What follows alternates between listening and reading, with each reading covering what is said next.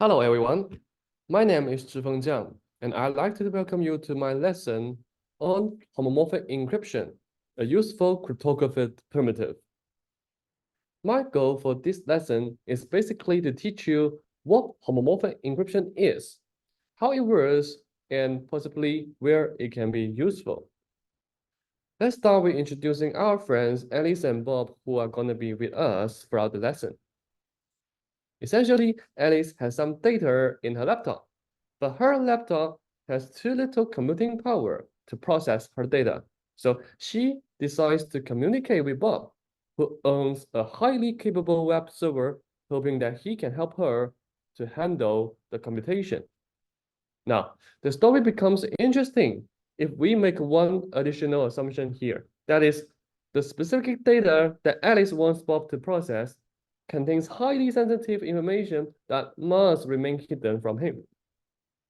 In this case, before sending the data to Bob, Alice has to encrypt the data so that Bob cannot learn anything from the ciphertext. As you may know, traditional encryption schemes like AES are particularly suitable for achieving this goal. And they all work by making the data look just like a random task, and thereby totally meaningless to the attacker. Now, the problem is, if the encrypted data sent to Bob is totally meaningless to him, how can he still be helpful with the computation? Well, that is where homomorphic encryption, or HE, comes in.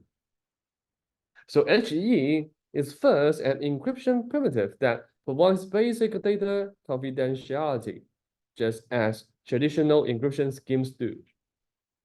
However, unlike traditional schemes, HE is also homomorphic, which means that some operations on the original data can be carried out by directly playing with the corresponding ciphertexts without ever decrypting them. But how can this even be possible? Well, let me show you with a specific example of HE, the Palia crypto system. Palia is first a public key encryption scheme, meaning that there will be a public key which anybody can know and use it to encrypt messages. But only the person who holds the private key can decrypt the ciphertext and see the original message. In fact, the public key and private key in Palia are both two tuples generating under some strict principles. You can refer to the paper for more details. Now, with these two keys generated, the encryption and decryption procedures in Palia are defined as follows. Actually, they essentially ensure both that the ciphertext satisfies the standard notion of semantic security and that the decryption can indeed recover the original message. Well, while the semantic security, this guarantee requires a lot of context for me to explain to you and will not be covered by this lesson. For the latter guarantee, that is the correctness, you can actually verify it by simulating the encryption and decryption with some valid inputs on your own. Actually, here I provide you with some valid example for the public key and private key for Palia, where essentially N is 21 and G is 4,886. Lambda is 48 and mu is 159 here. Now, suppose that the message to encrypt is 123. And during the encryption procedure, we additionally assume that the random number R we happen to sample is 666. In this case, by simulating the encryption procedure, we will obtain a ciphertext that reads as 25,889. Next, following the decryption procedure, we can further see that the ciphertext does decrypt to 123, which is exactly our chosen plaintext. Of course, you can try over other valid inputs for verification purposes. Now, I'll show you how Palia works as an encryption scheme. Now, let's see how it enables direct computation with ciphertext that correspond to some plaintext operations. Suppose that we now have two plaintext numbers, that is M1 and M2. Using the same public key for encryption, we can now divide the ciphertext as C1 and C2 respectively. If we directly multiply these two ciphertext numbers by simple algebra, you can see that the resulting product will be effectively a valid encryption of the sum of M1 and M2. In other words, for Palia, when two ciphertexts are multiplied, the result decrypts to the sum of their plaintext. Actually, moreover, it can be immediately followed that when a ciphertext is raised to the power of a plaintext, the result will decrease to the product of the two plaintexts. As you can see now, the ability to do addition and scalar multiplication are actually both preserved in the ciphertext space of Palia. So that is why it differs from traditional encryption schemes and belong to the category of homomorphic encryption. This brings us back to the story of Alice and Bob. Now, it is not hard to see that by encrypting her data with Palia, Alice can actually safely outsource the addition and scalar multiplication tasks to Bob without worrying about data leakage. Of course, it is important to know that Palia does come with some performance costs. Specifically, although Alice now is relieved from performing the original computation on her own, she still needs to carry out the encryption and decryption on her data. Moreover, it also takes time for Bob to perform homomorphic encryptions over ciphertext. Therefore, outsourcing to Bob with Palia is only a good choice when the combined cost is significantly lower than conducting the task locally by Alice. So let me show you one such possible application when Palia is a good choice to use. Well, we all do web search every day, right? Typically, we start by launching a web browser in our laptop, opening the website of a search engine, and then typing in the query we want to make. Next, the search engine server will receive the query and start looking for any document related to our query. Typically, we will find a large number of related documents, and however, here, for simplicity, let's assume only the most related document is retrieved. Well, the privacy risk here is currently all the queries we make are sent to the server in plain text. This can reveal sensitive personal information, including but not limited to where we are, how we are doing, and what we actually care about. So if Alice is really concerned about this, the first choice she has is to download all the documents to her local storage and do any search necessary on her own. So basically, a standard way of doing this is to first create a semantic embedding for each document, which is essentially a short fixed size vector.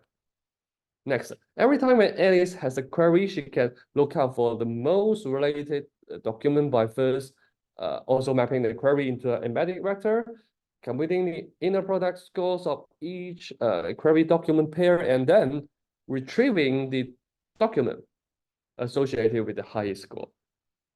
As you can imagine, doing so can cause high storage pressure of hosting all these documents and also high computation costs of going through all the embedding methods and doing those dot products.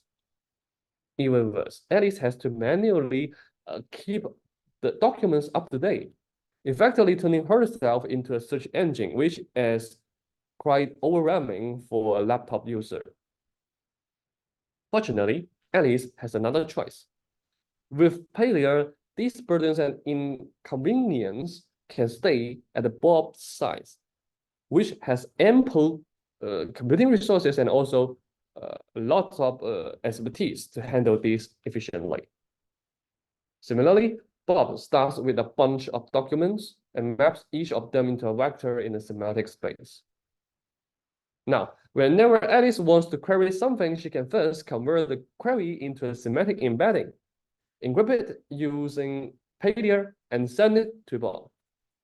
Thanks to the homomorphic properties of Paydier, Bob can now perform the dot products between the query and each document embedding without ever decrypting the query. Finally, all the dot products are sent back to the Alice for decryption, which allows her to see the dot product scores for all documents. So the document with the highest score is the most related one to her query. And this is basically how Paydier helps Alice to search the index of the document of interest in a secure way. Actually, we are not done here. So if now Alice directly tells Bob the index of the most relevant document to fetch, Bob actually can gain some insight on what Alice's original query is. Maybe by analyzing the content of the document. For example, if the document Alice wants to retrieve is about how to conduct COVID-19 self-testing, then Bob may infer that Alice or someone around her is currently feeling not good physically. Therefore, to fully preserving Alice's privacy, she should never tell Bob the index of the target document to fetch. But how this can be done? Again, it is possible through the use of Paydier.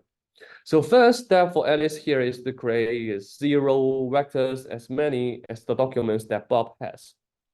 Then she particularly transforms the vector corresponding with the same index as the document of interest into a vector of all ones. After that, all these vectors are encrypted using Paydier and sent to Bob, who then is supposed to perform coordinate-wise modification between each vector and the document of the same index. Finally, as you can imagine, for the results sent from Bob and decrypted by Alice, all the vectors except one will be filled with zeros, and the only non-zero vector will correspond to the content, exact content of the document to retrieve. So this is actually how Paydier helps Alice to retrieve a specific document in a secure way. Together, Paydier helps Alice build a private web search engine. So far, we have learned about the fact that FHE refers to those encryption schemes that allow some operations to be directly conducted with ciphertext. We also see that how Paydier, as an example of HE, works and benefits some practical applications like private web search. In fact, we have many other HE schemes proposed in the literature. Some of them only support homomorphic addition among ciphertexts like Paydier, and some of them only support the homomorphic multiplication like Algamore. These HE schemes are categorized as partially homomorphic. In contrast, we do have some HE schemes that simultaneously support both homomorphic addition and homomorphic multiplication, such as the FV, BGV, and CKKS schemes. These schemes are considered to be fully homomorphic. You're welcome to learn more about such HE variants by reading the survey I mentioned here. Finally, I would like to present some recent research directions that can lead you to the forefront of HE studies. One recent line of work focuses actually on performance optimization. Normally, the computation cost of HE is 2 to 3 orders of magnitude higher than that of the corresponding plaintext operations. So in order to mitigate such burden, researchers have explored various methods. These include inventing new techniques to efficiently execute the common operations in HE, such as the modular modification. And also they have explored customizing FPGA, a programmable chip designed for hardware acceleration, and maybe as well as introducing parallelism using single instruction, multiple data methods. Besides the performance issue, there are actually also a lot to do to make HE more practical.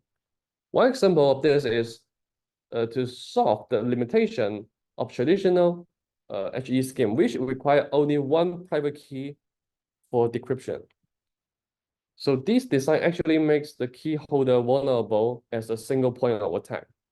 To mitigate such risks, researchers now have delved into exploring multi-key HE schemes, which essentially distributes the trust among multiple parties. So in such schemes, decryption of the ciphertext can only be achieved through the collaboration of multiple parties. Another practical concern lies in the compatibility of HE with floating point data, which is not uncommon in many applications such as machine learning. In fact, most HE schemes are inherently designed for taking integers as inputs, which poses a challenge when working with the floating point values. So this is another possible direction for exploration. Furthermore, in the context of certain applications, employing HE alone is often insufficient, and other cryptographic primitives may also be needed. In this case, it is relevant how to investigate how HE can be used together with these primitives, maybe in a secure and efficient manner. Okay, with that, thank you very much for attending this lesson. I hope you enjoy it, and please let me know now or later by email if you have any concern or problem. Thank you.